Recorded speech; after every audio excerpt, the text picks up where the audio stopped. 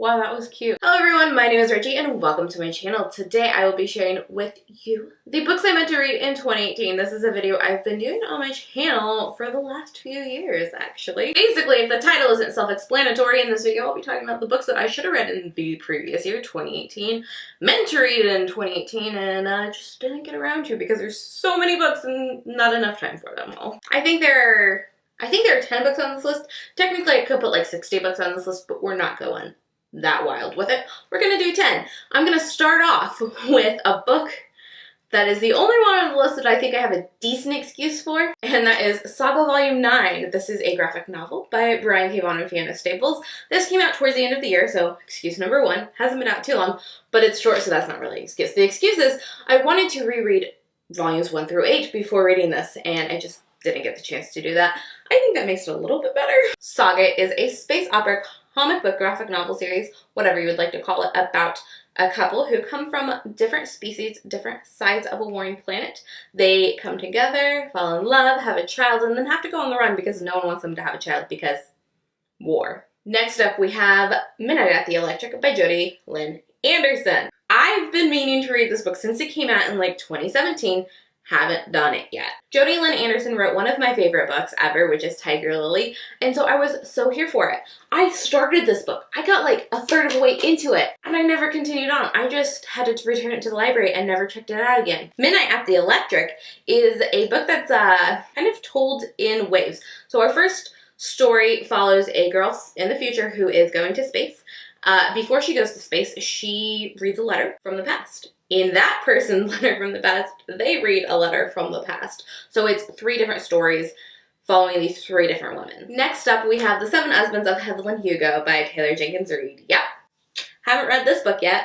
Has everyone else in the world? They sure have.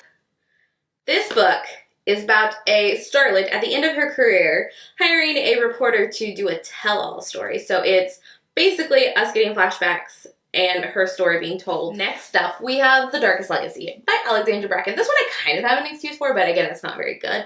And it's also similar to the Saga excuse, is that I was rereading the Darkest Mind series. This is a companion sequel following the Darkest Mind series, and I was trying to reread the Darkest Mind series before getting to this. Next up, we have Far From the Tree. This is by Robin Benway. I hear it's about a group of siblings finding each other. They were adopted, something like that.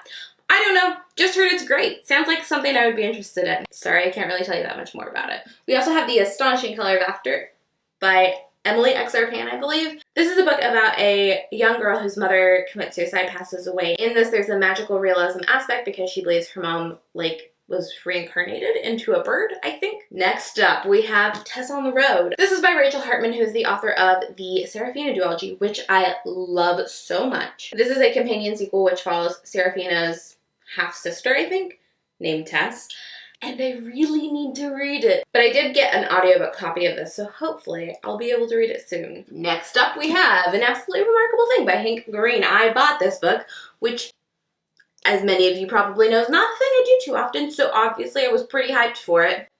Have I read it yet? No.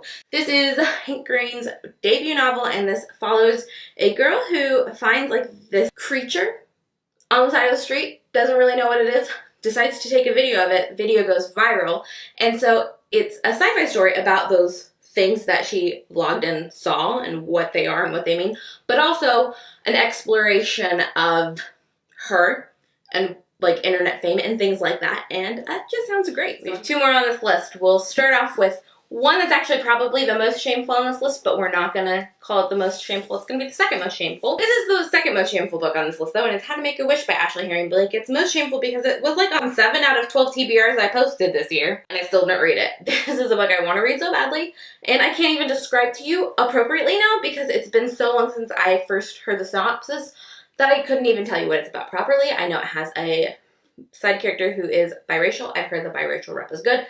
I like actively seek out biracial rep in books, so the fact that I know this exists and haven't read it yet is upsetting. And the last book that I meant to read in 2018 is Night Film by Marisha Passel. What makes this the most shameful, more than a book that I meant to read in most of the year, is that this book was on books I meant to read in 2017 list. When I first heard about this book, I was like, heck yeah. And then I found it for super cheap and I was like, I gotta buy it. And I haven't read it yet. And here it still sits on my TBR. It's told in multimedia aspects, all as a journalist, and it's an adult thriller. Those are like 3 buzzwords for me. It like hits so many of my boxes. I should have read this like 2 years ago. Those are all of the books I meant to read in the year 2018 and definitely didn't get to, but hopefully I'll read them in like the first quarter of 2019. Cross your fingers for me. Maybe we should do a check-in. Maybe in April I'll do a check-in and see if I read all of these books. That'd be fun. Or maybe it wouldn't be fun, but maybe we should do it anyway. I'll put it on my calendar. If you're interested in that, let me know in the comments down below. Which is a good segue because we're almost done with this video, so if you enjoyed it, give it a thumbs up. Subscribe to my channel if you haven't already because I do post new bookish videos every week on this channel, which I think is really awesome and a fun time. And that is all for today's video. So I'll see you in my next one. Bye!